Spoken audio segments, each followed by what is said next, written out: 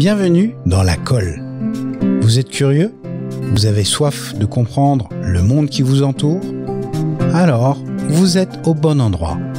Si comme moi, vous pensez qu'on n'a jamais fini d'apprendre, la colle est faite pour vous. Sans se prendre au sérieux, je vous propose à chaque épisode de partir ensemble à la découverte de nouveaux horizons, d'idées et de profils inspirants. Je suis Pierre Barrault, j'ai créé, édité, produit ce podcast. Je suis également directeur général du campus Orléans de l'ISC Paris, école de management, membre de la conférence des grandes écoles. Mon mantra ? Vis comme si tu devais mourir demain, apprends comme si tu devais vivre toujours. Je suis preneur de tous vos commentaires, suggestions, remarques. Ils sont tous les bienvenus. Pour me contacter, pierre@lacolle.fr. Et si vous aimez la colle, partagez-la avec tous vos amis. Diffusons le savoir. Allez, c'est parti. Bonne écoute.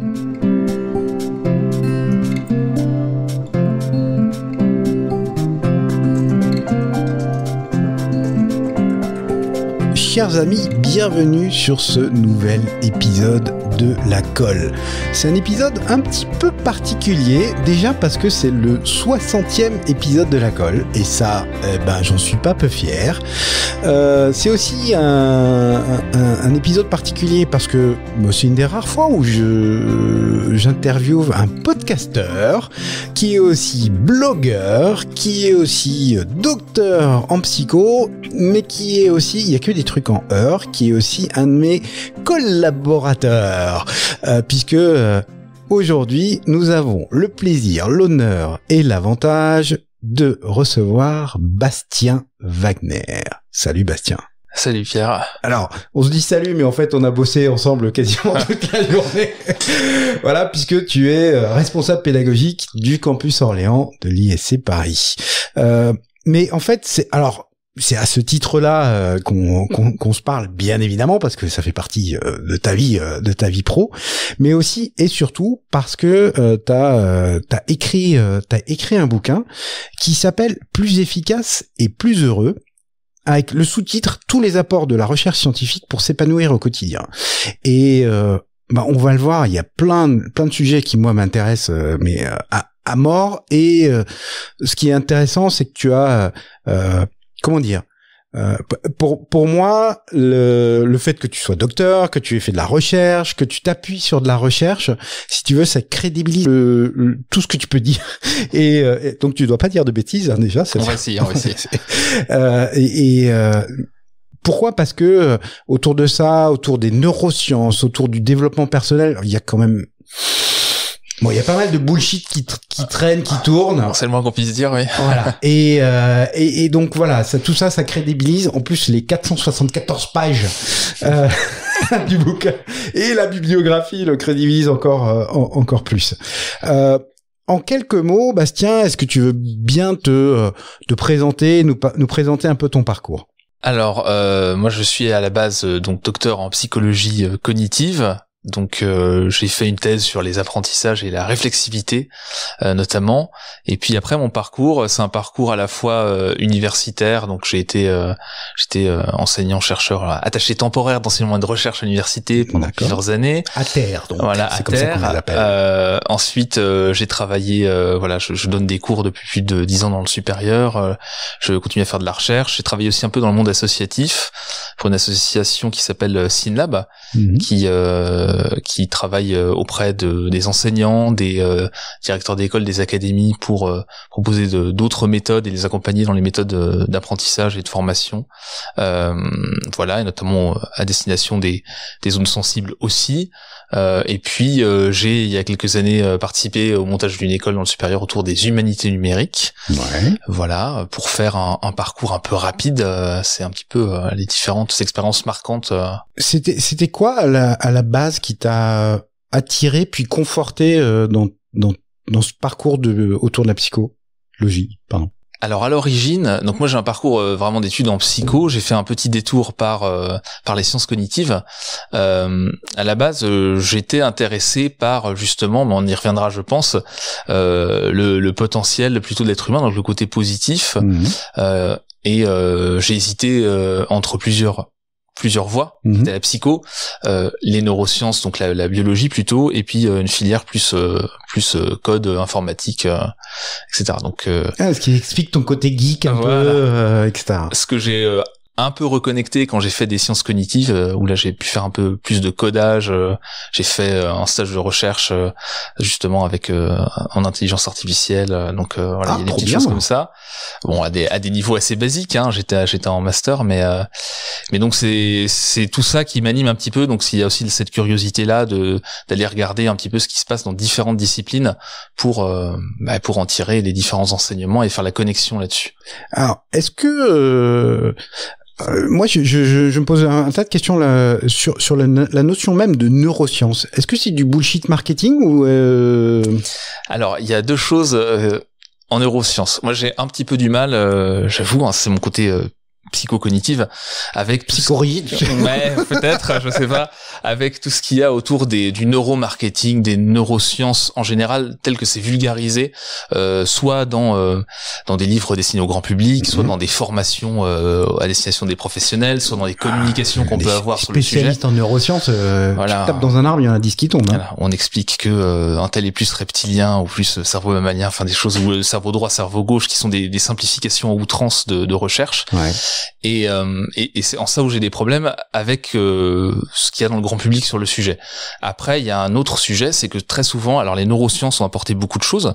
Et là, moi, pareil, hein, j'ai travaillé un petit peu, j'ai fait des stages en neuropsychologie, donc en rééducation de tout ce qui est étude des traumas crâniens et des fonctions du cerveau. Ça a apporté beaucoup de choses à notre compréhension du fonctionnement humain, tout simplement, et puis aux thérapies qu'on pouvait proposer. Mais il y a aussi beaucoup d'études de neurosciences qui sont en fait des confirmations de choses qu'on savait déjà en psychologie cognitive depuis des décennies. D'accord. C'est-à-dire que on a simplement ajouté la notion de substrat neurologique. On savait comment ça fonctionnait, on a pu voir que ça correspondait bien à des zones différentes du cerveau. D'accord. Donc c'est pour ça qu'il y a beaucoup d'études en neurosciences qui apportent des choses, et il y a une autre partie des études qui en fait confirment des choses qu'on sait déjà en disant juste c'est telle zone du cerveau qui s'allume, avec en plus il y a plein de problématiques autour de l'imagerie cérébrale, de comment ça fonctionne. Le grand public sait pas trop comment ça marche, mais en gros on n'a jamais une zone qui s'allume, le cerveau est allumé en permanence tout le temps, et on mesure le cerveau d'une personne à l'imagerie au repos, on va dire, en situation éveillée, et après on fait des soustractions pour voir quand on fait faire une tâche, quelle zone, quand on fait la différence entre les deux, s'allume plus pendant la tâche qu'au repos. Donc c'est aussi. Et t'as pu faire des expériences comme ça? Alors moi j'ai pas fait d'expérience comme ça directement, moi j'étais plus dans le côté rééducation après. Okay. Mais effectivement c'est tout le neuromythe de on n'utilise pas 100% de notre cerveau. Alors là maintenant les gens commencent à savoir que c'est faux, mais il y a 20 ans ça tournait encore pas mal, et ça typiquement c'est parce on sait pas forcément comment fonctionne l'imagerie cérébrale, donc on voit pas la. Attends, mais t'es en train de débunker un mythe, c'est-à-dire que en fait le fait de se dire on n'utilise que X% de notre cerveau, c'est complètement faux. C'est faux, parce qu'en fait le cerveau de base au repos, il est quasiment tout notre cerveau est activé en permanence quand on est éveillé, même quand on est au repos d'ailleurs. Alors merde, je croyais avoir de la marge de progression moi. Après il y a des rythmes, il y a au niveau électroencéphalogramme, il y a plein de choses, c'est-à-dire qu'on n'a pas le même rythme d'activité électrique dans le cerveau quand on dort, quand on rêve, quand on est éveillé, mais le cerveau globalement il fonctionne à 100% tout le temps, ouais. Merde. Plus ou moins bien, après on peut optimiser. Mais... quand même. Ok. D'accord. Alors, ton bouquin, c'est plus efficace et plus heureux. Alors déjà, on peut se poser la question si heureux et efficace, ça peut être corrélé. Est-ce qu'il y a une corrélation? Et puis la première question, c'est la définition même d'heureux. Alors, le bonheur, il y a des définitions, justement, parce qu'on commence à avoir un peu de recul, hein. Le domaine de la psychologie positive, ça a émergé dans les années 90, donc, et puis avant ça, il y avait des études sur le bonheur, mais vraiment en tant que science du bonheur, ce qu'on dit maintenant, et des études vraiment nombreuses, nous permettent maintenant d'avoir des définitions un peu plus claires. Alors, en gros, ça on va dire, ça répond à ce qu'on savait déjà d'un point de vue philosophique au niveau des intuitions depuis l'Antiquité, hein. C'est qu'on a deux types, la satisfaction dans la vie, le bonheur, puisque dans les études on n'utilise pas trop le terme de bonheur, de happiness en fait, on utilise plutôt le terme de satisfaction dans la vie ou de bien-être psychologique. Il y a deux aspects, il y a l'aspect sens et l'aspect plaisir. Donc dans la philosophie antique, c'est le bonheur hédonique, donc l'hédonisme ça on connaît, et eudémonique pour le sens. Ok. J'aurais appris après un mot. Voilà. Eudémonique. Et donc ces deux choses-là sont complémentaires, c'est-à-dire que quand on est que uniquement dans la recherche du plaisir, la quête du plaisir, à un moment donné, il manque quelque chose, il manque un sens. Et avoir du sens c'est bien, mais si c'est avec des sacrifices en permanence et aucun plaisir, là aussi il manque une partie de l'équation. Ok. Donc ça c'est les grands domaines, on va dire les deux jambes du bonheur, de l'épanouissement. Et après quand on décline, il y a différentes choses. Il y a les relations interpersonnelles qui sont très importantes pour l'épanouissement et le bonheur en général. Il y a le fait d'avoir des projets qui ont du sens. Alors ça passe beaucoup dans nos sociétés par des projets professionnels, mais pas que. Et après, il y a ce qui est valorisé dans une société aussi qui compte et qui fait qu'on se projette. Attends, parce que là, tu es en train de décliner les 20 chapitres. Donc, on va y arriver à tout ça. C'est prévu. J'ai pris des notes. Alors, juste en corrélation avec ça, et c'est aussi, je le disais, tu es podcasteur parce que tu as créé alors t'as une marque quelque part qui s'appelle Se Réaliser, donc c'est ton blog et ton podcast. Donc j'invite tout le monde à aller écouter le podcast de Bastien Se Réaliser. Vous cherchez sur toutes les bonnes plateformes, vous le trouvez facilement. Et t'en as fait un notamment sur l'ikigai, qui par rapport, alors tu parles d'équilibre là justement entre ces deux jambes. L'ikigai c'est un peu plus large et avec un peu plus de jambes quelque part. Tu peux nous en dire quelques mots? Alors l'ikigai c'est un peu différent, à la base c'est un concept d'origine japonaise.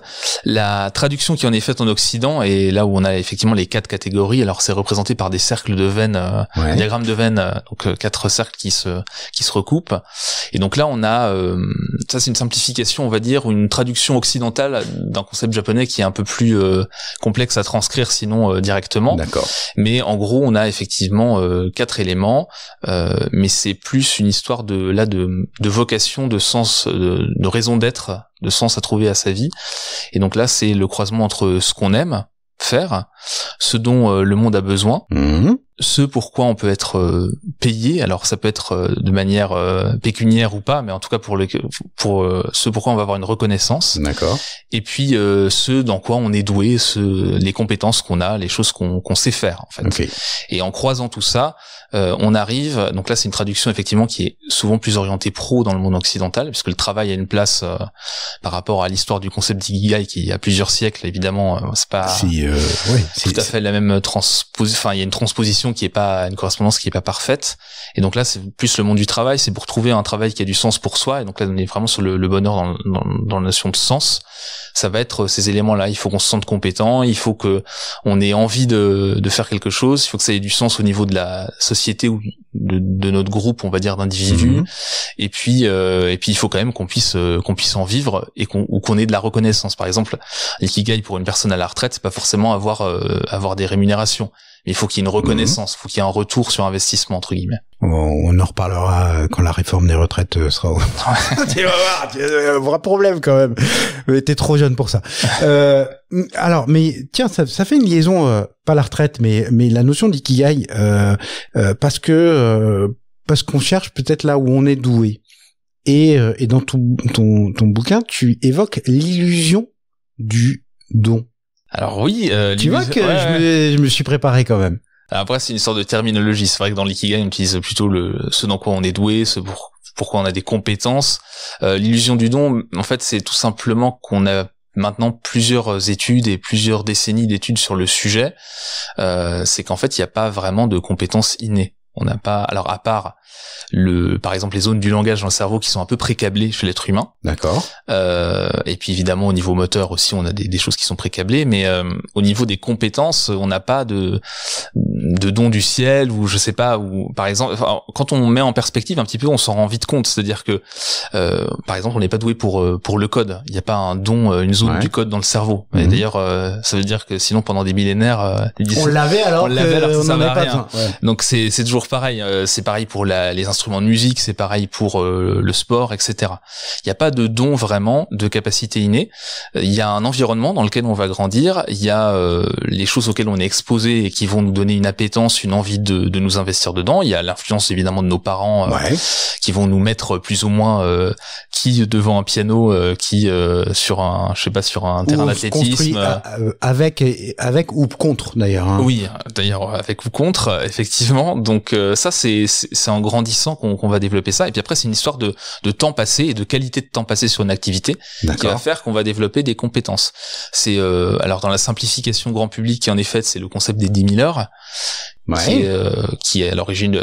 J'ai bien on sent le docteur chercheur. Bon alors dans la simplification grand public les gars, bon vous êtes un peu con, on va vous expliquer. Non, 10 000 heures. C'est normal de simplifier pour que les idées passent. C'est bien. D'où ça vient ces 10 000 heures? Ça vient d'une étude qui a été faite sur des violonistes dans à l'orchestre de Berlin, enfin qui sont dans l'école de l'orchestre de Berlin pour devenir violoniste professionnel. Et on a comparé en fait ce que les différents jeunes violonistes qui ont entre 18 et ils avaient en moyenne je crois une début de vingtaine d'années dans l'étude et on a comparé le nombre d'heures qu'ils avaient passé et leur niveau actuel et on a comparé ça aussi à des professionnels qui étaient en exercice depuis qui jouaient dans des orchestres symphoniques et on a vu le nombre d'heures qu'il fallait pour être très bon et expert et voir ce qui différenciait s'il y avait une corrélation entre ça et le classement qu'ils avaient alors les premiers violons etc. Il y a tout cette organisation là et on a constaté effectivement que pour cette compétence-là, donc c'est très spécifique, c'était à peu près autour de 10 000 heures pour être excellent, en fait, pour être vraiment dans les meilleurs, en sachant que après les professionnels, ils avaient encore plus d'heures. Quand on est violoniste professionnel depuis 15 ans, on a bien plus que 10 000 heures de pratique. Mais pour atteindre un niveau d'excellence, c'était à peu près ça. Il y a eu d'autres études après dans d'autres domaines. On est, en tout cas, ce qu'on sait, c'est qu'il faut au moins 4 ou 5 000 heures, ça dépend des domaines, pour commencer à être très bon, voire excellent. Et après, il y a aussi la qualité des heures qui compte. C'est-à-dire que c'est pas juste en mettant 10 000 heures à répéter quelque chose qu'on va devenir excellent tout d'un coup. Il faut aussi qu'il y ait une qualité de pratique, ce qu'on appelle la pratique délibérée, c'est-à-dire qu'on construit sa pratique avec des feedbacks clairs. Enfin, après, il y a tout un ensemble de choses qu'on peut mettre en place. Donc, il y a un croisement à faire entre la quantité de pratique, effectivement, entre 5 et 12 000 heures, quelque chose comme ça, et la qualité des heures qu'on passe pour devenir excellent et développer ce que d'autres pourraient appeler un don, ou en tout cas un talent, qui en fait, le talent, c'est toujours du travail à un moment donné. Oui, puis je pense qu'on est plus rassuré avec un pilote de ligne qui a plusieurs dizaines de milliers d'heures de vol derrière lui que 5000. Voilà, c'est aussi bête que ça. Alors, je sais pas si ça dérive de ça, mais justement, et notamment les jeunes générations, passent beaucoup de temps sur les jeux vidéo et on considère que la gamification, et notamment via le jeu comme ça, on peut apprendre. Tu t'abondes sur ces sujets-là ou parce que là, les 10 000 heures sur World of Warcraft, tu vois, ça se trouve. Après, la question, c'est est-ce que avoir un talent naturel sur World of Warcraft, ça a une utilité professionnelle si on veut en tourner ça en ça pro. Peut pour certains, c'est comme pour les footballeurs.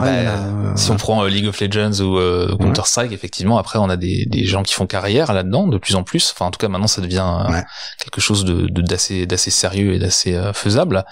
Ça a une utilité. Alors après, il y a dans les talents, en fait, quand on parle de talent, c'est vraiment une compétence spécifique, c'est-à-dire que passer beaucoup de temps sur un jeu vidéo, on va devenir excellent dans ce jeu vidéo. Si on y passe du temps qualitatif et qu'on apprend des erreurs.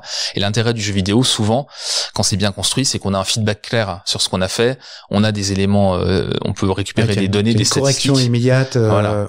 Et c'est ça l'avantage de la gamification, c'est d'avoir aussi ce feedback immédiat et ce côté fun et puis courbe d'apprentissage aussi. Souvent, on a une difficulté qui est progressive dans les jeux vidéo. Clairement. Ce qui n'était pas forcément le cas dans les années 80, mais c'est devenu de plus en plus le cas puisqu'on a quand même progressé dans la qualité. T'es en train de me dire que je suis vieux, c'est ça? Non, mais même pour moi, les jeux vidéo des années 80, c'était assez dur tout de suite pour tout le monde. Alors là aussi, et je suis désolé, je fais plein d'apartés, etc. Mais dans la littérature grand public, j'ai lu et ou entendu que justement, il valait mieux avoir un chirurgien qui pratiquait les jeux vidéo que un chirurgien qui ne jouait pas aux jeux vidéo. Alors là, j'ai pas d'études à t'opposer là-dessus. Après, pour compléter sur les jeux vidéo, c'est que les jeux vidéo, ça peut développer notamment l'attention, la motricité fine, et c'est ce qu'on a. Et c'est pour ça que d'ailleurs, dans les compétitions d'e-sport, sur certains jeux vidéo, c'est très difficile de continuer à être dans le top mondial au-delà d'un certain âge. Typiquement, on appelle donc les first person shooters, donc Counter-Strike, les FPS. C'est très très rare de rencontrer des champions qui ont la trentaine, parce qu'à un moment donné, les réflexes, l'attention et la rapidité d'exécution, ils sont toujours très rapides, ils sont toujours meilleurs que n'importe quelle personne qui joue comme ça. Mais par contre, pour se mesurer, là, on est sur des marges. C'est comme aux Jeux Olympiques. C'est entre être très bon dans son département et puis être dans le top 10 mondial. Là, on joue sur des millisecondes de réaction. Donc, ok. Donc, ça veut dire que pour être bon à quelque chose, il faut y mettre du temps, et un temps de qualité. Ça, j'ai noté parce que tu mets en exergue aussi la notion de pratique délibérée. Qu'est-ce que tu mets derrière ce terme? Alors la pratique délibérée, c'est justement c'est quelque chose qui a été développé en parallèle de ces études sur les talents. L'idée d'une pratique délibérée, c'est qu'on va en fait se fixer des objectifs qui sont à la limite de ce qu'on sait faire, un peu au-delà, pour se mettre en difficulté, mais pas trop. Donc c'est bien doser les choses. C'est le fait d'avoir un feedback immédiat, de faire des séances avec des séances assez courtes, c'est-à-dire que la pratique délibérée, c'est une pratique assez intense, où on va produire quelque chose, avoir un feedback immédiat, se corriger sur un domaine bien particulier, une sous-catégorie de compétences dans le domaine en question. D'accord. Et petit à petit, on va construire là-dessus, et on dépasse pas des séances d'1 heure, 1 heure et demie. Après, on fait des pauses parce que c'est très intense en termes de... Donc, après, on peut aller plus dans le détail, mais après, il faut décliner en fonction des domaines.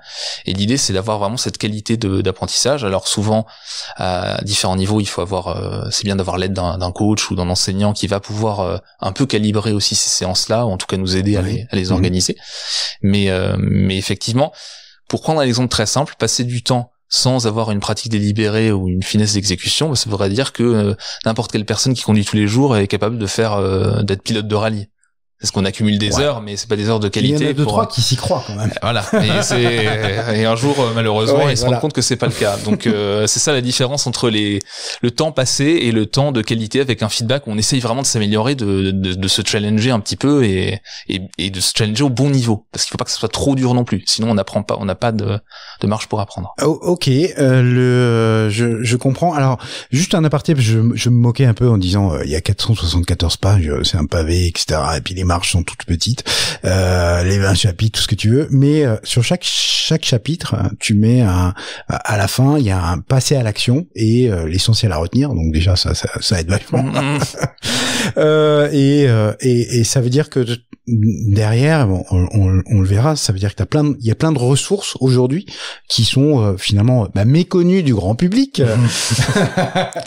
et qui peuvent être facilement finalement accessibles. Après, c'est pas facile de s'y retrouver non plus. Il y a un foisonnement d'outils justement dans le développement personnel. Ce que je disais au début, c'est que il y a à boire et à manger. Il y a des simplifications qui sont faites parfois par des gens justement qui maîtrisent pas assez les sujets et qui font des raccourcis.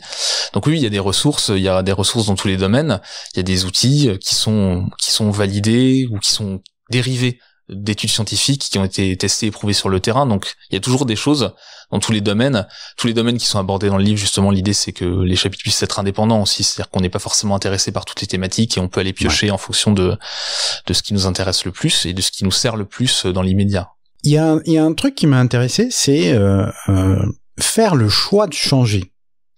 Parce que c'est pas si évident que ça de se dire je vais essayer d'aller vers les 10 000 heures ou simplement de se dire tiens je vais changer, déjà avoir conscience qu'on veut changer ou qu'on doit changer. Bon, ça c'est un truc.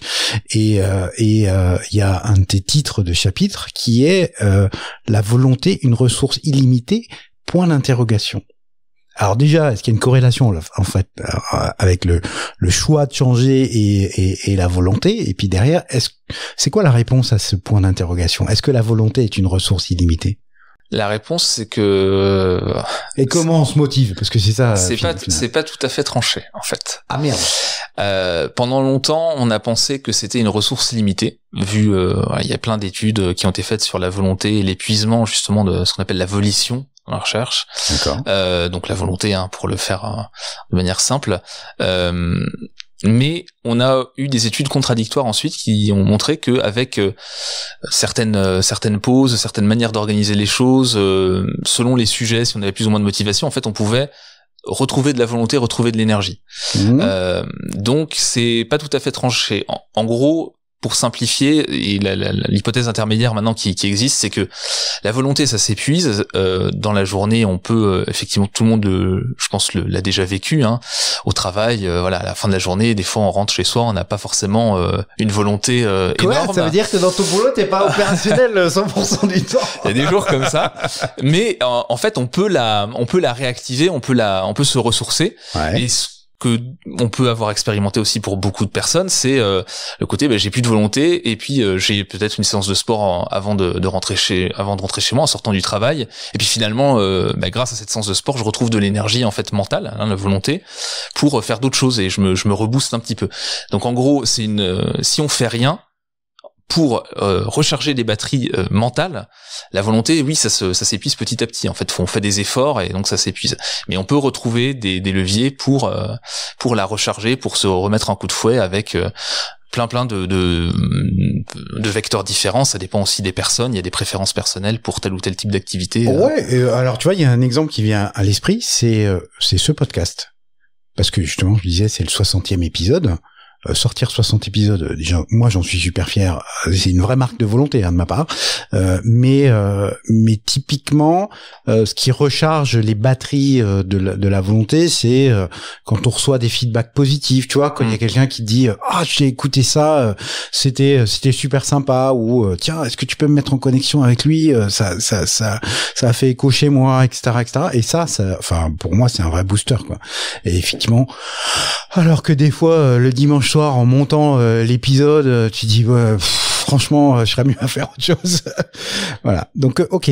Et on a identifié comme ça des grandes catégories de recharge de la volonté. Alors, ce qu'il faut, je sais pas si on reviendra, je pensais à quelque chose d'autre tout à l'heure, mais un peu en lien avec ça, en gros, ce qu'il faut savoir, c'est que de base, il faut aussi que ça aille bien, c'est-à-dire que on peut avoir une volonté qui s'épuise si déjà de base on est émotionnellement en difficulté, qu'on va pas bien, qu'on n'est pas heureux à son travail. Il n'y a pas de formule magique non plus, c'est-à-dire qu'on peut recharger les batteries, mais sous réserve que elles peuvent se vider très très vite aussi. Voilà, que derrière il n'y ait pas des problématiques beaucoup plus lourdes. Donc c'est pas des ça, j'insiste beaucoup là-dessus à chaque fois aussi, c'est même la psychologie positive, c'est pas des méthodes miracles, et il suffit pas de se dire ça va aller mieux ou chouette, la vie est sympa. Je vais bien, tout va bien, voilà, ça marche pas. Et c'est psychologie positive, ça veut pas dire ignorer le négatif et faire en sorte que dire aux gens que être heureux c'est pleinement de leur responsabilité à 100%.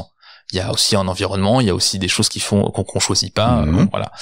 Donc les grandes catégories pour un peu recharger la volonté, ça va être tout ce qui va être de l'ordre du ressourcement type relaxation, méditation, ça c'est des choses qui marchent bien. Alors après, avec une appétence plus ou moins grande des gens pour ça, ouais. Mais ça fonctionne bien.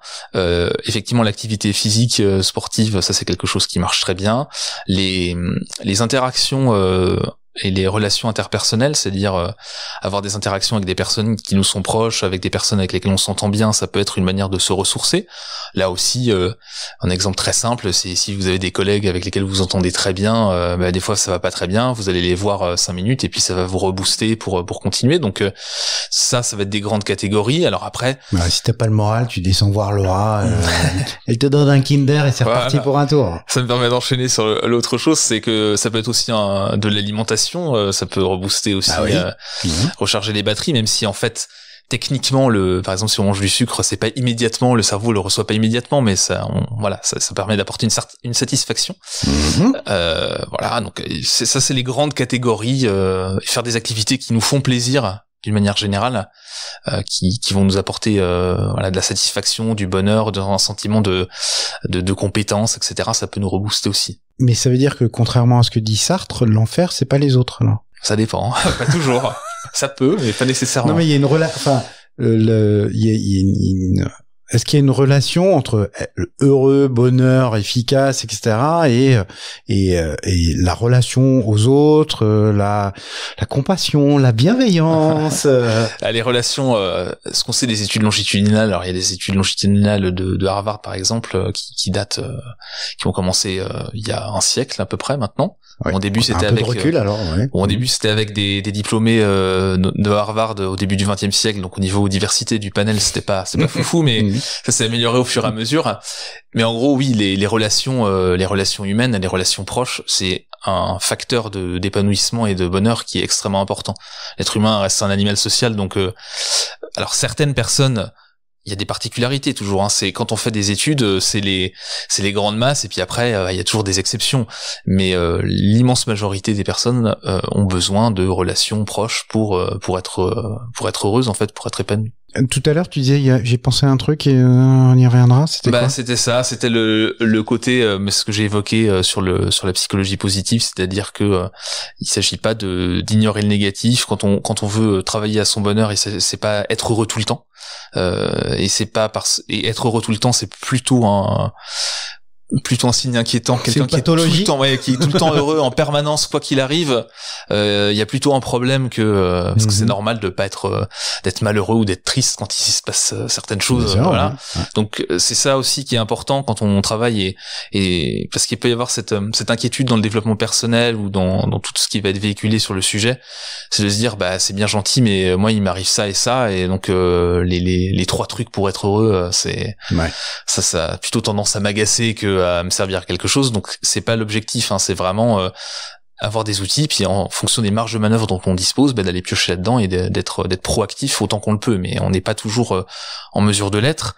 Et puis avant de chercher ça, si on n'a pas, c'est très bête, mais si on n'a pas de quoi s'alimenter, de quoi se chauffer, etc. Sur la pyramide de Maslow. C'est ça. Il y a quand même aussi des bases avant de. On est d'accord. C'est quoi le sentiment d'efficacité personnelle ? Le sentiment. Parce que là, t'en mets des tartines, sur le SEP. Le SEP. Le sentiment d'efficacité personnelle, c'est le fait de se sentir capable de faire quelque chose, de se sentir compétent. Par exemple, on prend un exemple sportif, quelqu'un qui a un sentiment d'efficacité personnelle élevé, pour une compétence très particulière, qui va être le fait de faire un service réussi au tennis. Ça veut dire que cette personne-là est confiante en sa capacité à exécuter un bon geste. Est-ce que ça veut dire que à chaque fois elle va marquer des points, et à chaque fois l'adversaire va pas réussir à récupérer? Non, pas forcément. Donc c'est là la distinction, elle est là, c'est-à-dire que on se sent capable, on se sent efficace, on est capable de faire une bonne performance. Est-ce que cette performance-là, elle va être toujours couronnée de succès et la meilleure possible? Pas forcément, mais on s'en sent capable. Et quelqu'un qui a un sentiment d'efficacité personnelle très faible dans un domaine, un autre exemple, par exemple, avoir un sentiment d'efficacité personnelle très faible en maths ou en anglais, ou la prise de parole en public. Très bon exemple. Eh bien, là, on va même pas s'autoriser à essayer. C'est-à-dire qu'on a là, il y a carrément et souvent on a une intégration avec ce qu'on appelle l'état d'esprit fixe après derrière, c'est-à-dire le fait de se dire que les capacités sont fixées, qu'il y a des dons, il y a des gens qui sont doués dans quelque chose. On retombe sur le sujet du don. Et donc c'est lié à ça, et toute l'idée, et notamment on avait travaillé dans mon ancienne, un de mes anciens jobs justement dans l'associatif, on avait travaillé là-dessus auprès des élèves, c'est-à-dire développer le sentiment d'efficacité personnelle des élèves, et notamment dans certaines matières en maths ou en français où il y a des vraies difficultés, et où on peut très vite, et les adultes on le retrouve très facilement, très vite se tomber dans des côtés, moi c'est pas mon truc. Ouais, c'est la petite voix. Alors c'est un des sujets. Tu sais que j'aime Idriss Aberkane, par certains aspects, parce que en ce moment c'est un peu compliqué, mais sur l'incompétence après, c'est cette petite voix qui dit non mais essaye même pas, c'est pas pour toi, etc. Et justement, alors c'est quoi les armes contre ça? C'est quoi les outils? Il y a plusieurs outils.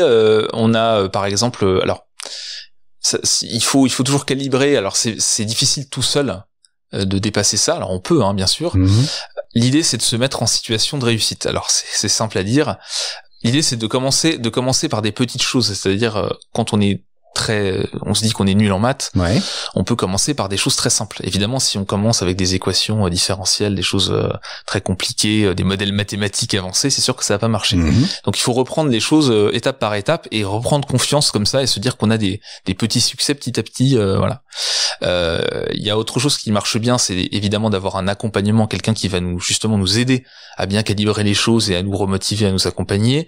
Ce qui marche aussi très bien, c'est ce qu'on appelle l'expérience vicariante, c'est-à-dire voir quelqu'un qui nous ressemble réussir dans le domaine. Donc ça marche très bien avec les enfants, et avec les enfants de préférence quand c'est évidemment un enfant à peu près du même âge qui réussit, et si ça peut être en plus un enfant à peu près du même âge qui avait des difficultés, alors là on se rapproche. Pourquoi on appelle ça vicariant? Non, ouais, c'est un terme de biologie à la base, c'est de fait d'avoir la même entité, c'est-à-dire qu'on vit à la place, enfin on vit par l'autre l'expérience. D'accord. C'est-à-dire que, et c'est pour ça que plus la personne est proche, plus ça marche. Ouais, okay. Autre exemple, typiquement, c'est pour ça qu'on fait des interventions auprès des jeunes filles, par exemple en faisant venir des scientifiques femmes pour leur parler, parce que c'est plus, elles se projettent plus et c'est plus facile d'orienter les filles comme elles. vers des métiers scientifiques si elles voient des femmes qui ont justement réussi dans ces métiers-là que des hommes, encore une fois, ça va pas les aider à se projeter. Ok, ça veut dire que là aussi il y a des, et d'ailleurs ça existe, mais méthodologies pour se fixer des objectifs raisonnables, raisonnés, atteignables, etc. C'est ça, ça. Il faut. Mais après, tout se recoupe un petit peu. C'est-à-dire que la pratique délibérée, c'est aussi ça. C'est des objectifs proches qui sont atteignables avec un feedback clair. Où tout de suite, on va avoir aussi des retours positifs assez immédiat, donc le feedback est très important, c'est-à-dire qu'il faut qu'on ait un feedback clair et qu'on puisse apprendre et qu'on puisse avoir aussi des encouragements si possible et que ça nous donne de l'énergie, de l'envie de continuer. Ok, si on se place 2 secondes dans nos chaussures, où on accompagne des jeunes gens vers le savoir, c'est joliment dit.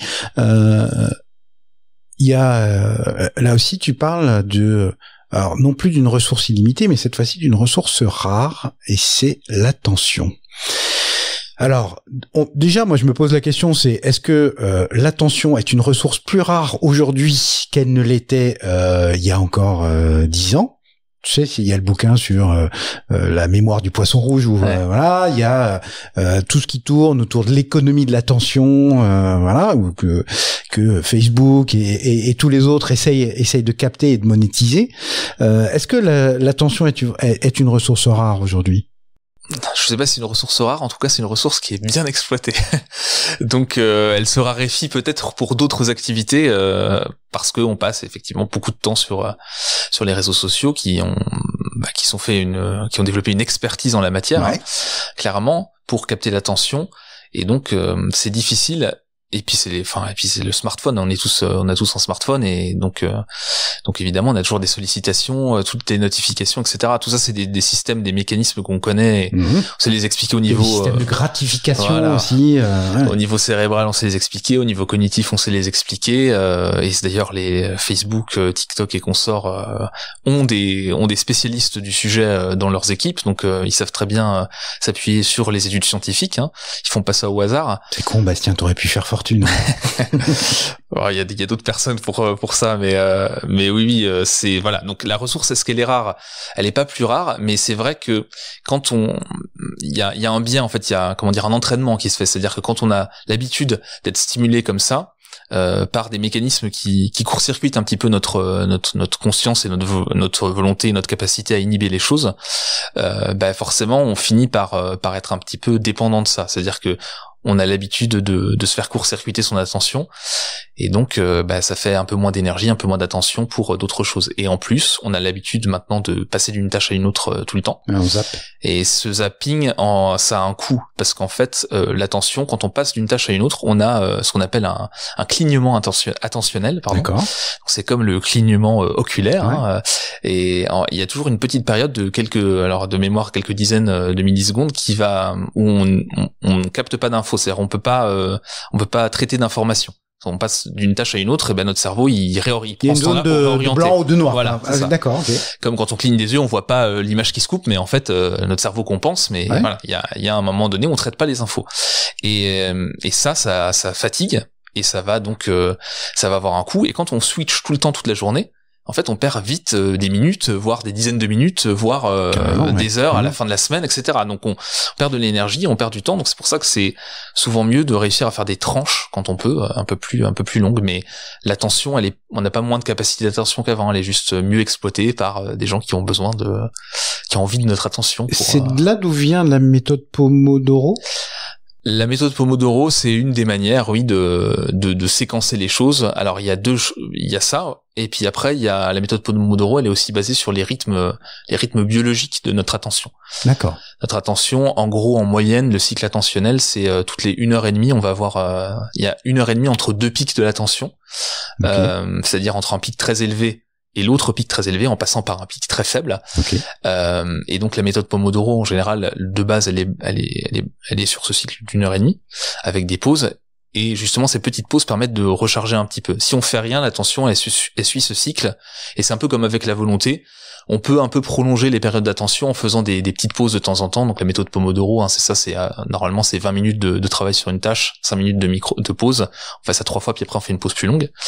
Donc on peut un peu ajuster, mais il y a quand même ce rythme-là qui existe, et c'est pour ça que par exemple pour des cours, pour les étudiants, les maintenir, enfin n'importe quel prof le sait, les maintenir 3 heures, ou même des adultes, c'est pareil, 3 heures sur quelque chose à écouter attentivement, ça marche pas.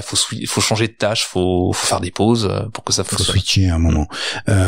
Mais alors tu vois, parce que moi j'essaye plein de trucs, et la méthode Pomodoro j'ai essayé, alors j'y arrive pas, et je me suis dit que j'étais habitué à d'autres choses, et la force de l'habitude, tu vois, je pense que ça c'est un frein majeur, alors parfois à l'efficacité certainement, ou au bonheur j'en sais rien, mais en tout cas au changement, ça c'est une certitude. Oui, c'est un frein.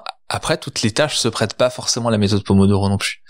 Typiquement, les tâches, on est obligé de rentrer, on a besoin de rentrer dans le flow, comme on dit, dans cette espèce d'état d'esprit un peu particulier. Bah, souvent, on a besoin de plus que 20 minutes pour rentrer dans cet état d'esprit. Donc, typiquement, si on écrit, je sais pas, si on écrit un bouquin, si on est en train de travailler sur un projet un peu qui nécessite de rentrer dans des choses un peu plus complexes, 20 minutes, c'est un peu le temps de se chauffer. Quasiment parfois, et si on coupe là, c'est un peu dommage. En fait, on se coupe un petit peu l'énergie, donc ça se prête pas à tout non plus. D'accord. Faut adapter. Qu'est-ce qui explique que, alors, je pense que c'est assez courant, mais que des fois on a des moments d'intensité productive ou de concentration, etc. Enfin, tu vois, il y a, je sais pas, moi j'ai des moments de hype où je me dis mais waouh, je suis génial quoi. Et ça va, c'est assez court en général. Alors déjà, est-ce que c'est normal, docteur? Et deux, comment on fait pour le prolonger, pour le provoquer? Bah c'est normal. Oui, on a tous des moments, des fluctuations. Après, il y a plein de choses qui jouent. Il y a déjà les bases, ça va être l'état de fatigue, le sommeil. Effectivement, une grande majorité des adultes sont un peu en manque chronique léger de sommeil, donc souvent il y a un travail là-dessus à faire. La sédentarité aussi qui va pas forcément aider. Le fait de maintenir une activité physique, ça permet de maintenir, on va dire, un bon niveau d'énergie aussi.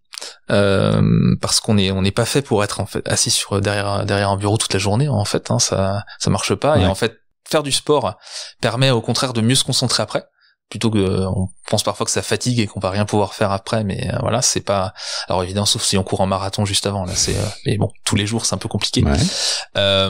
Après il y a les relations aussi, il y a l'environnement relationnel dans lequel on est, c'est le fait d'avoir des bonnes relations, parfois des bonnes nouvelles, ça va nous booster aussi, ça va nous donner de l'énergie, ce que tu disais tout à l'heure sur le feedback sur des projets, d'avoir des retours positifs, bah ça booste aussi énormément, donc c'est important.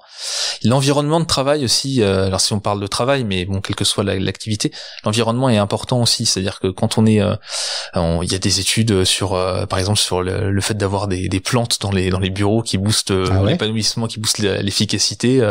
On a un effet. Alors évidemment, on va pas passer du simple au double. Crever les plantes, parce qu'on a un environnement nocif. Je sais pas, l'énergie est drainée peut-être. C'est ça, ouais. Mais voilà, ça peut avoir des effets. Donc il y a tout ce qui va être environnement, après aussi design des espaces, etc.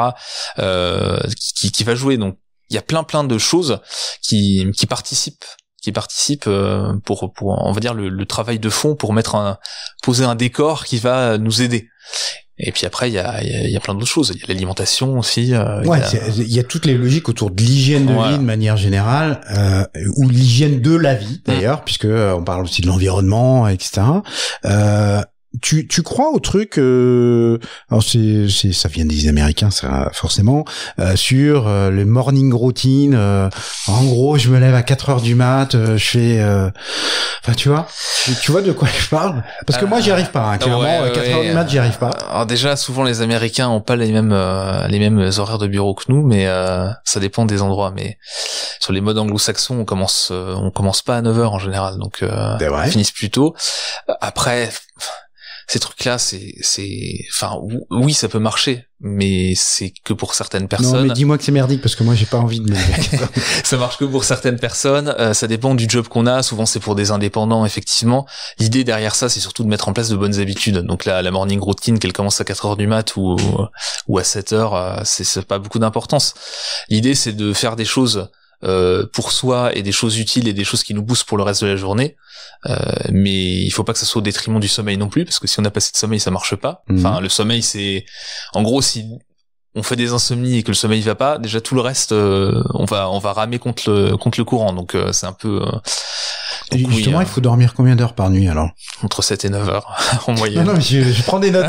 Ça dépend des personnes, mais entre 7 et 9 heures. Et après, il y a toujours des exceptions. Il y a des gens qui ont besoin que de 6 heures de sommeil et ça va. Mais en gros, un cycle de sommeil, c'est 1h30 à peu près.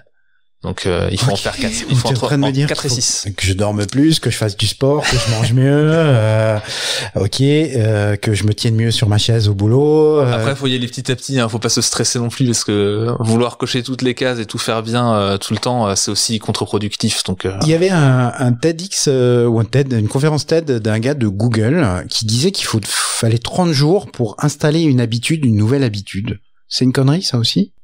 Une connerie, je sais pas, ça dépend de quelle habitude on parle en fait.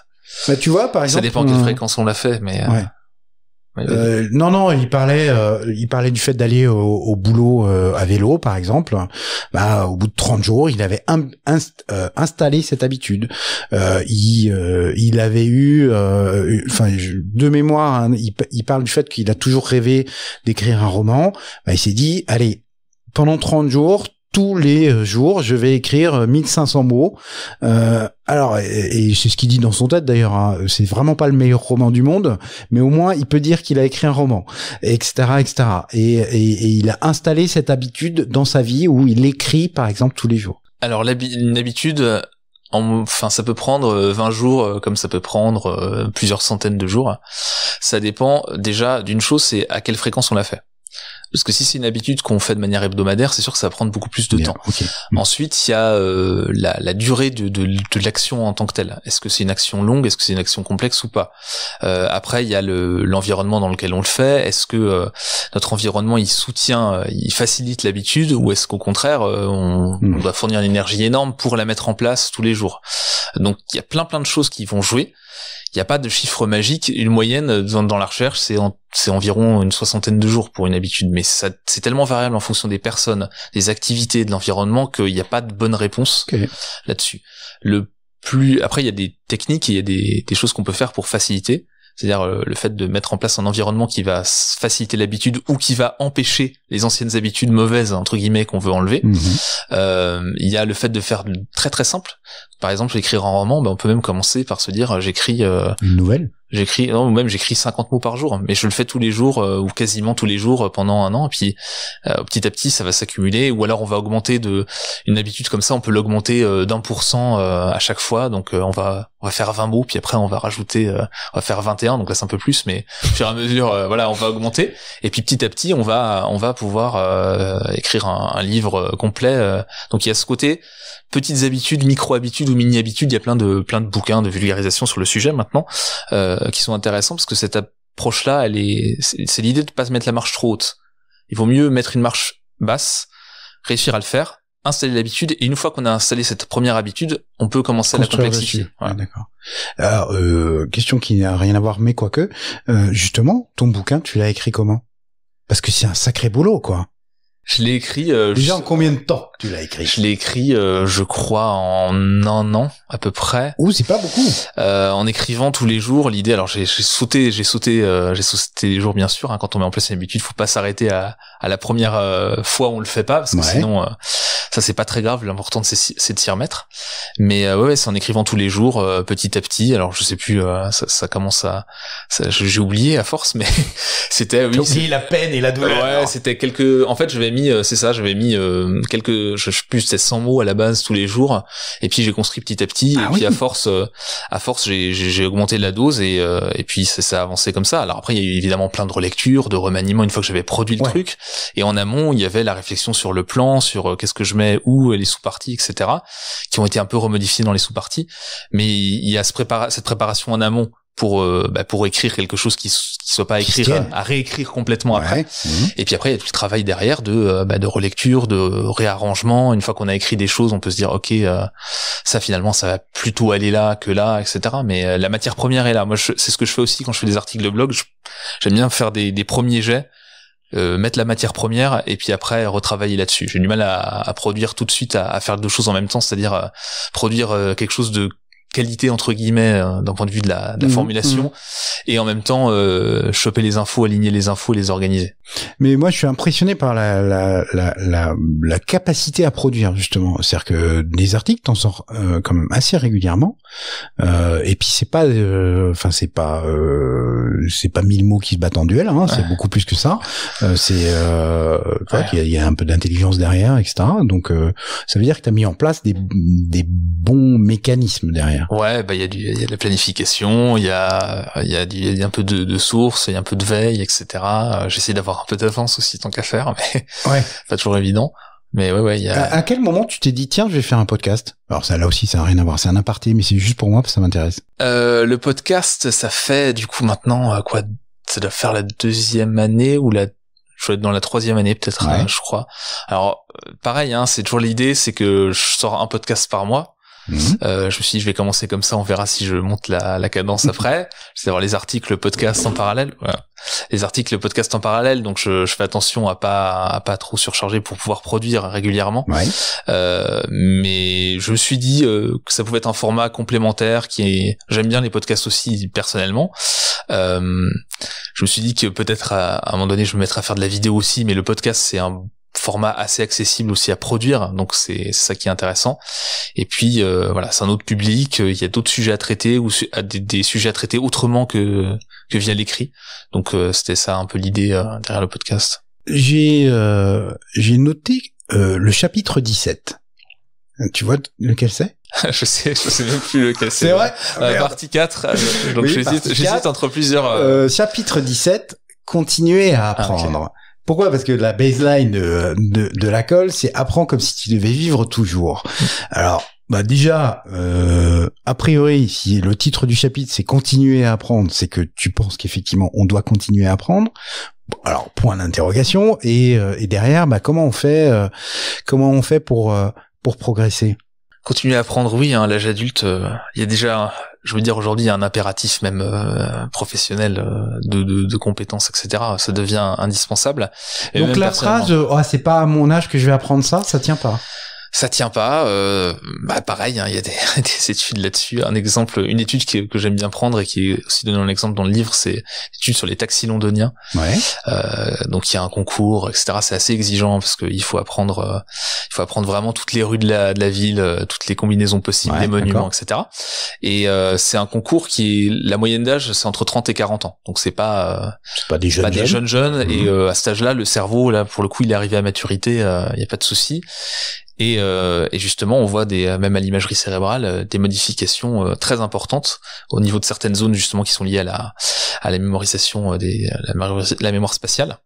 Et on voit que le cerveau à l'âge adulte peut se modifier de manière drastique avec ces apprentissages-là. Donc c'est quelque chose qui est possible et qui est lié aux heures que les gens passent. Enfin bon, il y a tout un truc là-dessus, mais donc ça fonctionne à l'âge adulte. On peut, le cerveau est plastique, il y a pas de souci, on peut apprendre des choses. Il y a un avantage, c'est qu'on sait déjà des choses. Donc on a plein de points d'ancrage auxquels raccrocher de nouvelles connaissances. D'accord. L'inconvénient, c'est qu'on sait des choses et donc qu'on peut avoir des préconceptions et des blocages, des a priori et qui vont faire que ça va avoir du mal à rentrer pour certaines choses. Tu sors de ta zone de confort. Voilà, aussi. c'est ça. Donc et puis un autre problème plus pragmatique, c'est qu'à l'âge adulte, souvent on a des responsabilités, on a un peu moins de temps pour les apprentissages qu'un étudiant ou qu'un élève. Confirme, ouais. Donc ça c'est un problème aussi, mais qui est pas un problème de capacité, qui est un problème de responsabilité en fait, et parfois d'organisation, mais d'abord de responsabilité. Je peux te dire, moi j'ai fait mon MBA à 40 ans. Le matin, j'amenais ma fille à l'école et après c'est moi qui allais à l'école et on faisait nos devoirs ensemble le soir. C'est compliqué. Ouais. À 40 ans, c'est compliqué. Ok. Donc clairement, là aussi, il y a. Alors, est-ce qu'il y a des bonnes méthodologies pour apprendre, etc. Alors mémoriser, oui, il y a plein de trucs là aussi. Ouais, voilà, il y a plein de trucs. Encore une fois, là aussi, il y a plein de méthodes. D'une manière générale, ces méthodes-là, elles fonctionnent chez la plupart des gens, mais certaines méthodes marchent mieux chez certaines personnes. Enfin, on va avoir une appétence. Typiquement, les mind maps, les cartes mentales, les cartes heuristiques. Ah, ça, c'est ton truc, ça. Ça peut marcher. Il y a des gens qui adorent ça et ils arrivent à réorganiser les informations comme ça et c'est hyper efficace. Adore les mind maps. Mais certaines personnes, ça leur parle pas du tout. Donc il faut pas forcer non plus. Il faut tester. Pierre Barraud n'aime pas les mind maps. Et il y a plein d'autres méthodes. Par exemple, même faire des fiches, bien faire des fiches ou des résumés d'informations. Le fait de réexpliquer à quelqu'un d'autre ou de faire des fiches comme si on devait expliquer les concepts ou les choses à quelqu'un d'autre, ça marche très bien. Mais à certaines personnes, ça va pas leur parler. Ils préféreront justement les cartes mentales. Donc, et certaines personnes, tout marche. Enfin, elles aiment bien tout. Ça dépend des domaines, ça dépend des compétences, ça dépend des apprentissages. Donc, là aussi, il faut faire un peu son marché. C'est pas parce que quelque chose marche pour 80-90% des gens que ça va forcément marcher pour soi. Il faut tester. Après, il faut bien aussi l'appliquer pour que ça fonctionne. Il y a des méthodes pour mémoriser. Il y a des méthodes pour apprendre. Le tout, c'est d'avoir toujours des feedbacks clairs quand on veut apprendre quelque chose, d'y aller étape par étape. Si on peut être accompagné, c'est toujours mieux d'avoir quelqu'un qui peut vous coacher. Tout l'intérêt des enseignants, des coachs, etc. Ouais. Mais on a un peu d'avenir, jeune homme. Oui, on a un peu d'avenir. Après, on trouve aussi des très bons tutos, des très bonnes explications sur Internet. Aujourd'hui, on a des ressources. L'avantage aujourd'hui, c'est qu'on a plein de ressources. Il y a plein de cours en ligne qui sont très bien, notamment pour des introductions à des sujets. Donc les ressources, elles existent de plus en plus, elles sont accessibles. Après, il faut faire le tri, hein, c'est ça qui est compliqué. C'est la surdose d'informations, trouver les bons trucs aux bons endroits, c'est pas simple. Mais on a plein de ressources. Donc pour démarrer dans un sujet, commencer à prendre des infos, voir si ça nous plaît ou pas. Là déjà il y a pas mal de choses qui existent. Puis après il y a les techniques de mémorisation, les techniques pour assimiler les connaissances, les techniques type justement pratique délibérée où on va appliquer, on va essayer d'avoir un feedback clair, immédiat sur telle ou telle compétence qu'on est en train de mettre en œuvre. Tu mets les logiques de visualisation dans le même tonneau ou pas? La visualisation, ça peut servir aussi dans des apprentissages moteurs notamment, dans des mises en situation. Ça n'a pas vocation nécessairement à remplacer la pratique réelle, mais ça peut être un bon complément. Mon épouse, elle a fond là-dedans. Hein. C'est-à-dire qu'elle se visualise en train de faire et derrière ça renforce déjà son sentiment d'efficacité personnelle. Tu dois j'ai retenu le truc. Mais je vais le ressortir. Franchement, je trouve ça hyper pertinent. Et là aussi, il y a des méthodologies autour de la visualisation. Ouais, il y a des méthodologies. Le problème de la visualisation, c'est qu'on peut, en fait, on visualise tous spontanément. Par exemple, si demain je me dis tiens, je vais inviter des amis au resto, je vais me dire ok, quel resto, je commence à visualiser la situation, peut-être me projeter spontanément en imaginant alors j'intellectualise pas et ça va se passer en une fraction de seconde, mais voilà, les personnes autour de la table dans tel ou tel restaurant et la soirée, donc ça permet de se projeter et de se dire ok, il va falloir que je fasse ça et ça, etc. Donc on visualise tout spontanément. Quand on se lance dans des techniques de visualisation, le risque c'est d'être flou, de pas être assez précis. Pour que ça marche, faut que ça soit assez précis, assez construit. Donc ça marche pas en s'imaginant la chose globalement. Par exemple, si on peut parler en public, imagine une situation à enjeu comme ça. Si on se projette juste globalement et rapidement et qu'on fait ça en 30 secondes, ça va pas avoir beaucoup d'effet. Pour que ça fonctionne, il faut bien se projeter dans la situation, imaginer ce qui va être par exemple dit. La situation sera pas exactement comme ça évidemment, bien sûr, mais pour que ça fonctionne, il faut vraiment avoir ce côté je construis mon imagination et je me représente la situation vraiment en détail. C'est pour ça que les visualisations est très utilisée dans la préparation sportive depuis des décennies, parce que ça marche. Les sportifs de haut niveau, alors on le sait aussi scientifiquement, mais je veux dire, sur le terrain, les sportifs de haut niveau et les entraîneurs d'athlètes olympiques s'embêteraient pas avec ça si c'était les militaires inutile, aussi sont versés là-dedans. Voilà. J'avais une idée qui me passait par la tête, je ne sais plus du tout, je viens de la perdre. Merci Bastien. Zut, c'est pas grave. Après sur la visualisation, je peux compléter. Vas-y, pendant que je recherche. La visualisation, ça a de tels effets que notamment c'est utilisé en rééducation. Alors soit en entraînement sportif en complément d'entraînement, parce qu'on peut pas à un moment donné les muscles ont une limite et donc faire plus d'entraînement physique ça peut être contre-productif, donc on va compléter avec de l'entraînement en visualisation. Et en rééducation aussi, c'est un effet sur la rapidité de rééducation. Par exemple, si quelqu'un qui se casse la jambe, le fait de se visualiser en train de marcher, alors de manière détaillée, etc., avant de commencer la rééducation, ça peut réduire de plusieurs semaines le temps de rééducation. Parce qu'en fait on entraîne la commande motrice en la visualisant. En fait, on active la commande motrice et donc l'envoi du signal, et ça permet de développer ça. Donc c'est pour dire que, alors ça c'est dans le moteur, évidemment, mais ça va avoir un effet même mesurable vraiment sur ces aspects-là. Et j'ai retrouvé mon truc, ça y est. Parce que tu parlais justement de parler devant un public. Alors là aussi c'est une digression, mais comment ça se fait qu'il y ait autant de gens qui aient peur de parler en public? Là aussi, il y a eu des études là-dessus? J'ai pas d'études en tête. Je pense qu'il y a des choses assez simples qui peuvent expliquer ça. C'est le regard de l'autre? Ouais, déjà il y a le regard de l'autre, tout simplement le fait de se sentir évalué, jugé, etc. Mais ça, c'est aussi très lié.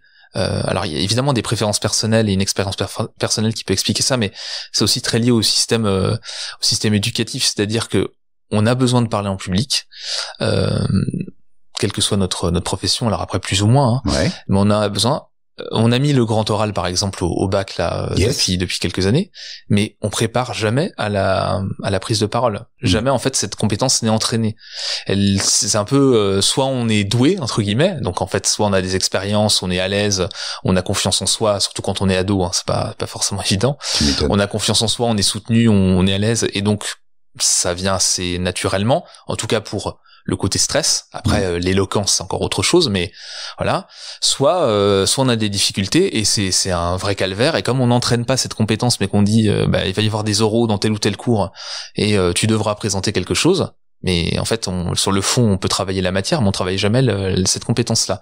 Donc je pense que entre le côté confiance en soi et là où c'est très très exposé, c'est-à-dire quand on prend la parole, on est face à un public, évidemment on se sent jugé parce que les gens nous écoutent et de fait évaluent ce qu'on est en train de dire, notre performance, donc il y a ça, plus le fait qu'on n'entraîne jamais la compétence, et donc là il y a une inégalité de fait qui se crée entre des personnes qui ont soit le côté j'ai confiance en moi, je suis à l'aise, et aussi le vocabulaire, l'éloquence, parce qu'il y a ce côté-là aussi qui joue, et ça, il y a des grosses inégalités. Donc après, et comme c'est une compétence très importante, prendre parole même devant 2-3 personnes, parce que ça, pour le coup, tout le monde y est confronté, ou même ne serait-ce que dans un entretien d'embauche.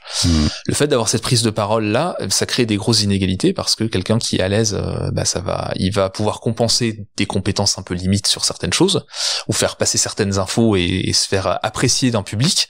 Et une personne qui est très compétente mais qui est catastrophique en prise de parole, ça va lui porter préjudice, alors qu'au contraire, elle avait toutes les compétences, voire plus, pour le job en question, ou toute l'expertise nécessaire, etc.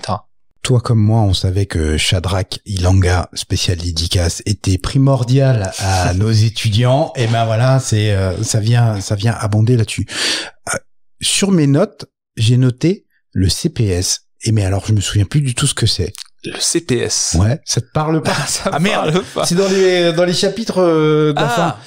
Si, ça y est. Alors, CPS, donc c'est la résolution créative de problèmes, Creative Problem Solving. Ouh, ah oui. Là, on part dans la créativité, etc. Ouais, c'est ça. Ça existe vraiment, la créativité? La créativité, c'est une compétence en fait dont on dispose tous, et c'est pareil, soit elle est entraînée, soit elle est pas entraînée. Et alors je vais pas jeter la pierre, le système éducatif, il développe certaines compétences tel qu'il est aujourd'hui. Il a été développé aussi, construit d'une certaine manière pour développer des compétences intellectuelles, etc. Mais sur la créativité, très souvent on bloque le truc, c'est-à-dire que à l'école primaire ça va. À peu près, on fait des dessins créatifs, et tout, même l'environnement d'apprentissage, il est plus décoré, il est plus ludique, il est plus coloré, etc. Puis quand on arrive au collège, là c'est l'étable des chaises, l'environnement un peu austère, alors avec des problèmes de budget souvent, mais mais il y a plus cette créativité qui est sollicitée. Donc compétences pas utilisées et compétences pas valorisées pendant des années fait que au bout d'un moment on perd le contact avec cette compétence là, et ça devient il faut refaire le travail, il faut repartir un petit peu des bases, et donc cette technique cette méthodologie de résolution créative de problèmes ou de résolution de problèmes par la créativité, c'est une méthode qui a été développée, testée, et qui s'appuie sur plein d'outils de créativité après, qui permettent de découper les choses. Et en gros, dans la créativité, ce qui est important, c'est de séparer les phases de divergence, c'est-à-dire on va explorer plein d'idées sans les juger, sans faire de tri. Le fameux brainstorm, n'importe comment. En allant dans tous les sens. Le brainstorming, il faut que ça soit bien cadré pour que ça marche, sinon c'est vite contre-productif aussi. Et puis après, il y a la phase de convergence, où là, on va sélectionner les idées, les remettre ensemble, les combiner, etc. Et dans le cycle de résolution de problèmes avec la créativité, on va voir plusieurs fois des phases comme ça où on va diverger, converger, etc. pour trouver des idées, puis ensuite pour construire des solutions, et puis ensuite pour planifier les solutions et planifier le travail, justement pour que la solution puisse être mise en œuvre. Donc on va avoir à chaque fois des cycles comme ça où on va bien séparer les deux phases, parce qu'il y a rien de pire pour la créativité que de sortir une idée puis de se dire non, en fait non, ça va être ridicule, et en fait là on se coupe, puisque pour être créatif, pour avoir de bonnes idées, il faut en avoir beaucoup. Et si on se coupe dès le départ, on n'a pas beaucoup d'idées. Ok, noté. Tu as évoqué tout au début, et tu l'évoques à la fin de ton livre, qui est la pratique réflexive. Qu'est-ce que tu mets derrière ce terme? La pratique réflexive, c'est, d'une manière très générale et globale, la prise de hauteur, donc mettre en place de la réflexivité. C'est-à-dire, qu'est-ce que j'ai fait? Qu'est-ce que je veux faire? Qu'est-ce que j'ai fait? Qu'est-ce qui a marché, pas marché? Qu'est-ce qui s'est passé, par exemple, si je prends très large, qu'est-ce qui s'est passé dans ma vie? Comment j'ai réagi, etc. C'est vraiment ce côté métacognition. En même temps, c'était une des thématiques de ma thèse, c'était sur la métacognition, donc la réflexivité. Donc c'est un vieux sujet pour moi, mais la réflexivité, c'est important, parce que quel que soit le projet, quel que soit la chose sur laquelle on travaille, si à un moment donné on prend pas du recul et qu'on n'analyse pas un petit peu ce qu'on a fait, c'est problématique, parce qu'on va atteindre un plafond, on pourra pas progresser parce qu'on n'aura pas analysé ce qu'on a fait. Évidemment, la contrepartie, c'est de pas rester que on va dire dans les hautes strates, dans les hautes sphères. Oui, il y a un moment, faut mettre les deux pieds dedans. Voilà, c'est ça. Donc c'est un cycle en fait. Il faut faire des choses, analyser, réajuster ses objectifs, parce que c'est pareil, si on part sur un objectif et que jamais on prend du recul, des fois il faut réajuster. Quand on a un projet, il y a des choses qui se passent, des bonnes idées. On avait une idée au départ, et puis finalement la réalité du terrain fait que l'idée elle est pas si bonne que ça, ou elle est à réadapter. Donc il faut avoir ces moments de prise de hauteur pour de réflexivité, pour réajuster les choses, pour garder une optimisation de notre action et pas perdre d'énergie pour rien ou s'éparpiller. Donc c'est important toujours de faire ça. Puis quand on a un échec, quand on a des difficultés, c'est en prenant cette distance, en prenant cette réflexivité qu'on peut analyser les choses, en tirer le positif, réajuster justement son action et puis essayer de progresser au-delà de cette difficulté. La conclusion de tout ça, c'est que finalement, on doit pouvoir être heureux à un moment. Oui, je sais pas ce que tu veux me dire par là, mais oui, on doit pouvoir être heureux avec l'idée que le bonheur c'est pas un état définitif, c'est-à-dire que on doit pouvoir être heureux, on doit pouvoir trouver des moments de bonheur et d'épanouissement, mais l'idée de se dire que on va être heureux et que c'est terminé, c'est non seulement pas une bonne idée. Comme je disais au début, quelqu'un qui est tout le temps heureux, il y a un petit souci. Et puis surtout, même biologiquement, ça marche pas comme ça. L'être humain a une adaptation au niveau de bonheur qui en fait, on a un niveau de bonheur un peu de base, ce qu'on appelle le hedonic treadmill en anglais, c'est-à-dire le côté un peu tapis de course avec une vitesse constante. D'accord. C'est-à-dire qu'à un moment donné, on va avoir des pics de bonheur, et puis on va revenir à un état un peu pas forcément de malheur, mais d'humeur normale, quoi, juste bien, quoi. Juste bien ou juste normal. Enfin voilà, la vie se passe. Donc il faut travailler en fait en permanence, en tout cas régulièrement, à son épanouissement personnel pour s'assurer comme ça aussi des remontées, un petit peu des moments un peu plus positifs, en sachant que pour qu'il y ait du positif, il faut qu'il y ait des moments un peu plus au moins neutres, évidemment voire un peu négatifs. C'est normal d'avoir des petits moments de coups de fatigue, de déprime, etc. Mais l'idée c'est de travailler à ça, le bonheur, le retour au niveau de base du bonheur. On a parfois même un petit contre-coup négatif. Il y a des études qui ont été faites sur les couples, les mariages. Il y a un pic de bonheur, et puis 2 ans après, il y a souvent un retour à la normale, voire un petit pic un peu négatif. Puis après, il faut y travailler. Il y a ça sur les cycles de vente aussi. C'est-à-dire que le principe, c'est que tu fais monter ton prospect dans le cycle de vente et en plaisir, en envie, etc. Il fait l'achat, et normalement, immédiatement après l'achat, bim, il y a un down en se disant est-ce que j'ai pas fait une bêtise, est-ce que c'est vraiment le bon choix, etc. Tu vois, il y a une période de doute, et là il faut surtout pas le laisser tomber trop bas, parce que sinon tu le récupères plus. Donc ok, ça me parle. Et avant de passer aux 7 dernières questions, je me posais la question, quand on a justement cette réflexivité, quand on a ton expertise, comment on vit la vie de tous les jours? Parce que finalement, tu peux tout analyser dans les relations avec les autres. Tu peux avoir une approche très analytique, tu vois, les placer et les recoller à des études, etc. Comment on fait pour pas vriller finalement?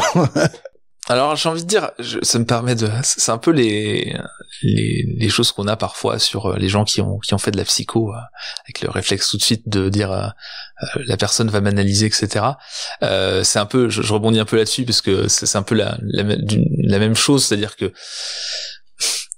même en ayant ces notions-là, on reste évidemment, on reste un être humain normal, donc il y a pas une volonté d'analyse permanente, puis ça prend de l'énergie, puis c'est pas. Enfin, le problème c'est que justement ce que je disais tout à l'heure, si on est en permanence dans la réflexivité, dans la prise de distance, on n'est jamais dans l'action.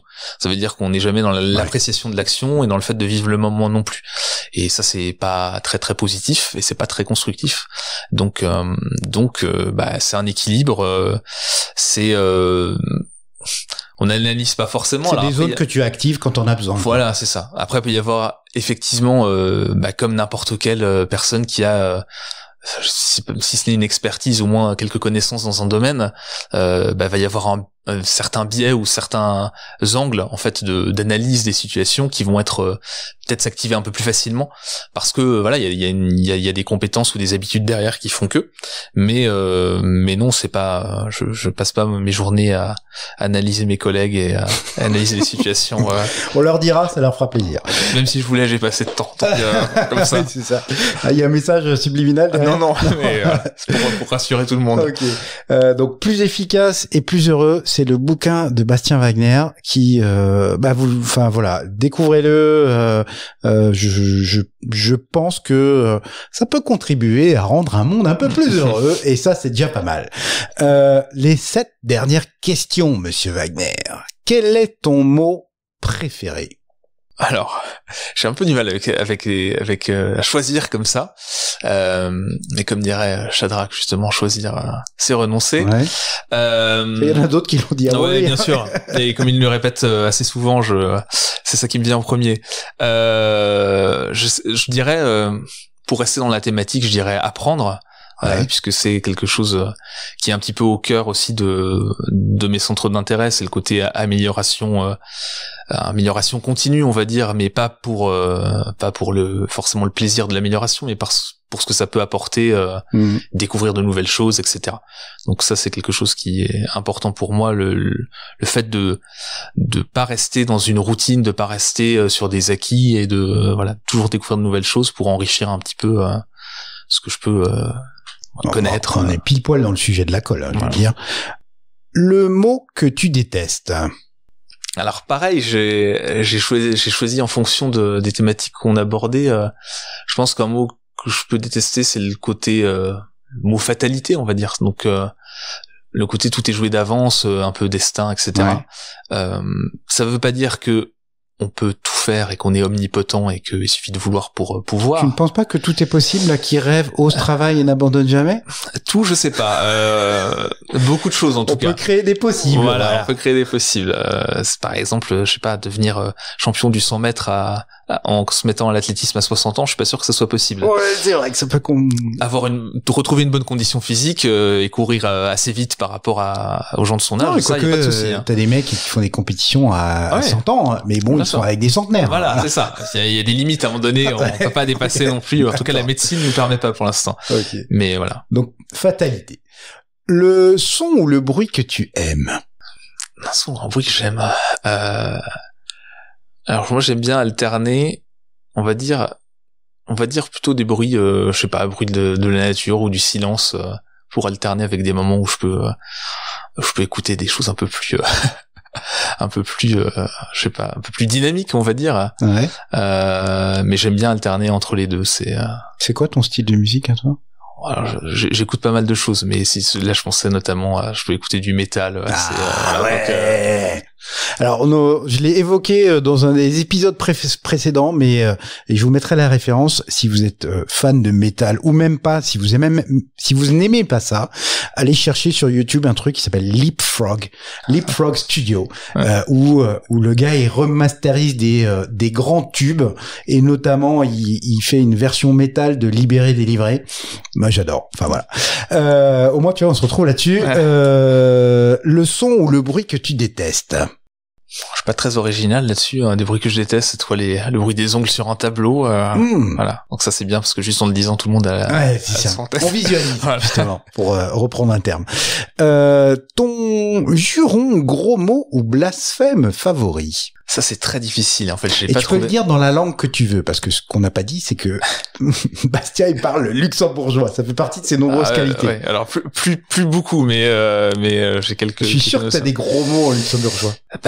L'avantage, en fait, alors je sais pas si les gens le savent, mais le français c'est quand même très très créatif en termes de gros mots. C'est une des langues où il y en a le plus, donc c'est difficile. J'ai pas de juron préféré parce que j'aime bien varier les plaisirs. Et ce que j'aime bien surtout c'est jouer sur les effets contrastes. Donc sortir une expression un petit peu vulgaire ou des beautés quand ça s'y prête bien sûr. Quand c'est trop prout. Voilà, ça peut être sympa. Mais j'aime bien jouer. L'important c'est d'avoir plusieurs registres et de pouvoir jouer sur plusieurs registres. Oh, joli. Ok, je prends la réponse, je l'aime beaucoup. La citation que tu aurais aimé avoir prononcée? Ouais, c'est pareil, c'est compliqué. Et pour rester dans le thème, je prendrais une citation. Ouais, ça peut être une citation de Lao Tse. Wow. Ok. C'est il n'y a point de chemin vers le bonheur c'est le chemin. Ouais. Voilà, donc ça reste un peu dans les thématiques. Je suis pas forcément toujours ultra fan des citations. Alors pourquoi ? Parce que dans le domaine de la psychologie positive et du développement personnel, je pense que tout le monde a déjà vu des citations sur des fonds de paysages sur Facebook ou autre. Donc à force, c'est un petit peu souvent un petit peu galvaudé, un peu galvaudé, ouais. Mais oui, il y a les citations. On a la vertu de synthétiser en quelques mots parfois une pensée un petit peu plus complexe. Donc ouais, puis tu vois, tu parles de booster, etc. De temps en temps, ça peut te rebooster un truc comme ça. Hein. Mais tiens, ça me fait penser à un autre truc, chers auditeurs. Et on en a déjà parlé, etc. Mais quand vous avez un down de motivation ou quoi que ce soit, allez regarder les vidéos de Gary Vaynerchuk. Alias Gary V. Moi, c'est un truc qui me rebooste. Mais alors d'une force, je suis prêt à tout casser après une vidéo de Gary Vaynerchuk. Mais je pense qu'il faut savoir trouver aussi ces boosters. Hein. Enfin, tu vois, chacun a les siens, quoi. Ouais, exactement. C'est très personnel. Hein. Moi, voilà, une vidéo de Gary V et je suis reparti.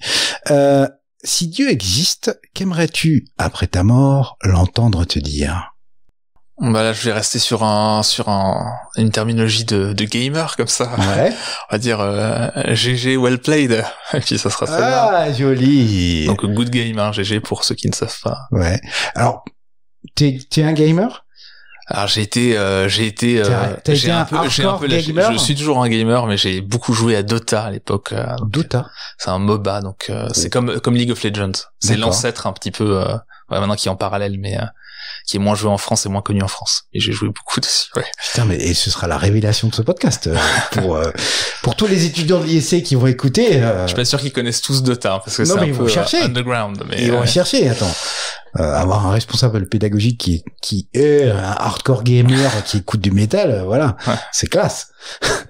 Bastien, un grand merci pour tout ça. Il y a plein d'éclairages. Une fois de plus, je pense que tout l'intérêt aussi du livre, c'est et tu fais un récap d'ailleurs à la fin des actions qu'on peut mener. Donc c'est un truc très opérationnel finalement et je reprends ce que j'ai dit en introduction. Il y a pas mal de bullshit quand même sur le développement personnel, etc. Voilà. Là, on a quelque chose qui est argumenté, détaillé, étudié, etc. Donc, voilà, il y a de la vraie qualité. Je sais pas si on peut dire qu'il y a de la réflexivité sur tout ce bazar, mais en tout cas, voilà, il y a un vrai intérêt. En plus de ça, je te l'ai dit, j'ai pas tout lu, mais j'ai lu quelques pages. Ça se lit bien, ça se lit facilement aussi, ce qui est pas toujours le cas des bouquins des enseignants chercheurs. C'est la difficulté de l'exercice. Ouais. Ah ouais, je peux dire qu'il y en a 2-3. Ouais. Tu pleures un petit peu.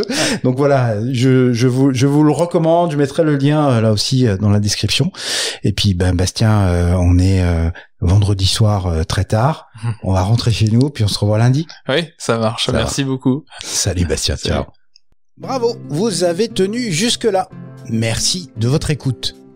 Si vous avez aimé cet épisode, partagez-le sur les réseaux sociaux, allez mettre 5 étoiles et des commentaires sur les plateformes de podcast. Abonnez-vous à notre newsletter. Et dans tous les cas, à très bientôt pour un prochain épisode de La Colle. Et n'oubliez pas, tout est possible à qui rêve, ose, travaille et n'abandonne